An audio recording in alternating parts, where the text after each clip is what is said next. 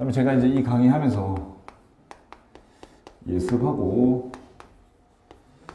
복습 이제 말씀드렸는데, 예습을 제가 하지 말라고 했었어요. 예습을 하지 말라고 한 이유가 뭐냐면, 예습을 하시게 되면 첫 번째 수업에 집중을 잘 안 합니다. 집중도가 떨어져요. 그리고 자기가 예습을 하면서 풀었던 그 논리 구조가 만들어져 있기 때문에 그거랑 비교하면서 한다는 게 사람이 쉽지가 않습니다. 생각보다. 근데 그렇다고 해서 예습을 안 하는 게 더 좋다라고 할 수는 없어요. 예습을 하시면 자기가 수업에 집중만 할 수 있으면 자기가 한 거랑 비교해가면서 공부를 하면 되기 때문에 꼭 나쁘다고 할 수는 없어요. 근데 예습을 만약에 안 해온 경우에, 이제 공부하시다 보면 예습을 계속 하다가 한 번 내가 예습을 안 해오면 예습을 했던 거에 비해서 수업도 잘 안 들어옵니다. 그래서 제가 예습을 별로 안 좋아해요. 근데 예습을 내가 꾸준히 할 수 있고, 예습을 하고 와서 내가 공부한 거, 생각한 거랑 강의 듣는 거랑 해서 비교하면서 수업을 하는 게 나한테 더 도움이 된다라고 생각하시는 분은 예습을 하세요. 그건 상관없습니다. 근데 제가 이제 훨씬 더 중요하다고 생각하는 건 이거죠. 강의를 듣고, 강의를 들을 때는 아무래도 속도가 조금 빠르기 때문에 자기 혼자 집에 가서 다시 한번 파악해보고 논리 구조를 한번 떠올려보고 자기 나름대로 거기에 논리 구조에 접근하는 방식, 문제를 풀어나가는 방식에 대해서 고민을 한번 더 해볼 수 있는 계기가 될 거고요. 그 다음에 사람의 기억력이라고 하는 게 최초에 만들어지고 나서, 기억이 되고 나서 시간이 지나면 까먹게 되는데, 이거를 빠른 시간 내에 한번 더 해주시게 되면 훨씬 더 장기적으로 기억이 가능하기 때문에 제가 이제 복습을 더 선호하는 거고요. 근데 우리가 공부하는 것 자체가 법학이 아니기 때문에 사실 뭐 암기가 그렇게 중요한 건 아닙니다. 근데 이제 그런 사고 과정이나 접근 방식에 대해서 한 번 더 자기 걸로 만드는 의미에서 복습을 하시라는 거죠. 이 추리논증이라는 과목이 뭐 안에 여러 가지 내용들이 들어있죠. 안에 여러 가지 내용들이 들어있는데, 이제 그 전체 시험으로 봤을 때 초반부에 이제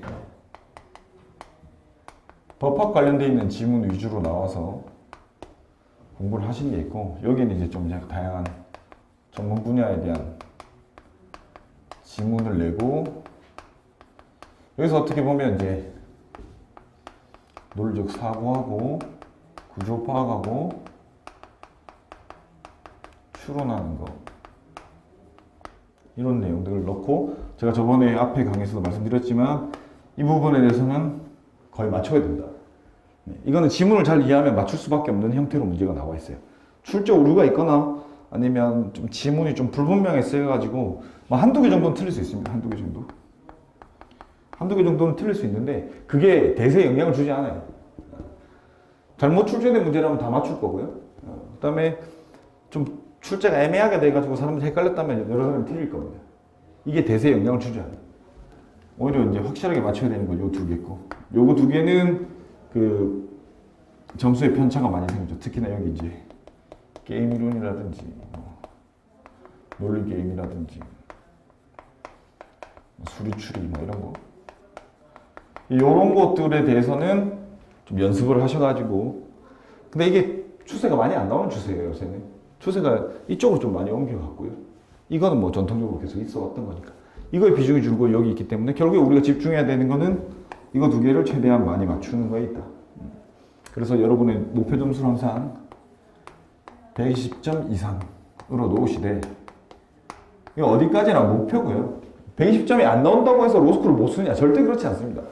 100점을 받아도 쓸 수 있어요. 당연히. 자기한테 조건에 맞고 자기가 갖고 있는 장점을 살려가지고 로스쿨 지원하면 됩니다. 그거는 로스쿨 지원할 때 문제고, 근데 점수를 잘 받아서 손해볼 건 없죠. 그죠? 점수를 잘 받아서 손해볼 게 없기 때문에 점수를 잘 받기 위해서 최대한 노력을 하시면 되는 거고. 그래서 제가 이제 2010년 기출문제 1번부터 해가지고 차례대로 풀어나갈 건데요. 일단 그 두 개를 보면 기존에 풀었던 문제가 있고, 그 다음에 이제 처음 푸는 문제가 있으면, 기존에 풀었던 문제는 어떤 문제는 기억이 잘 나실 거고 어떤 문제는 기억이 잘 안 나실 건데, 이제 이게 보통 기초 강의랑 기본 강의 풀었는데, 기초 강의가 12월이었고요 기본 강의가 1월에서 2월이었기 때문에 이 부분은 좀 기억이 많이 나실 텐데 이것도 기억이 좀 안 나실 수 있어요. 저 심지어 제가 봤던 리트 문제를 다시 봐도 기억이 안 나는 경우도 있습니다. 그렇기 때문에 뭐 기억이 난다고 해서 답을 외워서 푼다는 느낌이라기보다는 지문이 좀 더 익숙하고 그래서 이해가 좀 더 빨리 되시는 정도의 차이밖에 없을 거예요.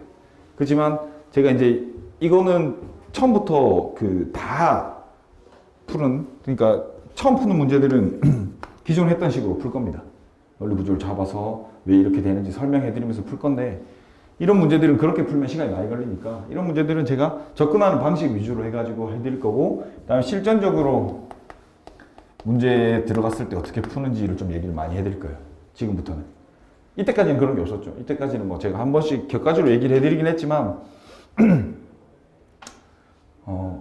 이게 시험이라는 것 때문에 점수를 획득하는 방식이라는 게 분명히 존재합니다. 근데 그거부터 가르쳐버리면 제대로 된 공부를 할 수가 없죠, 사실.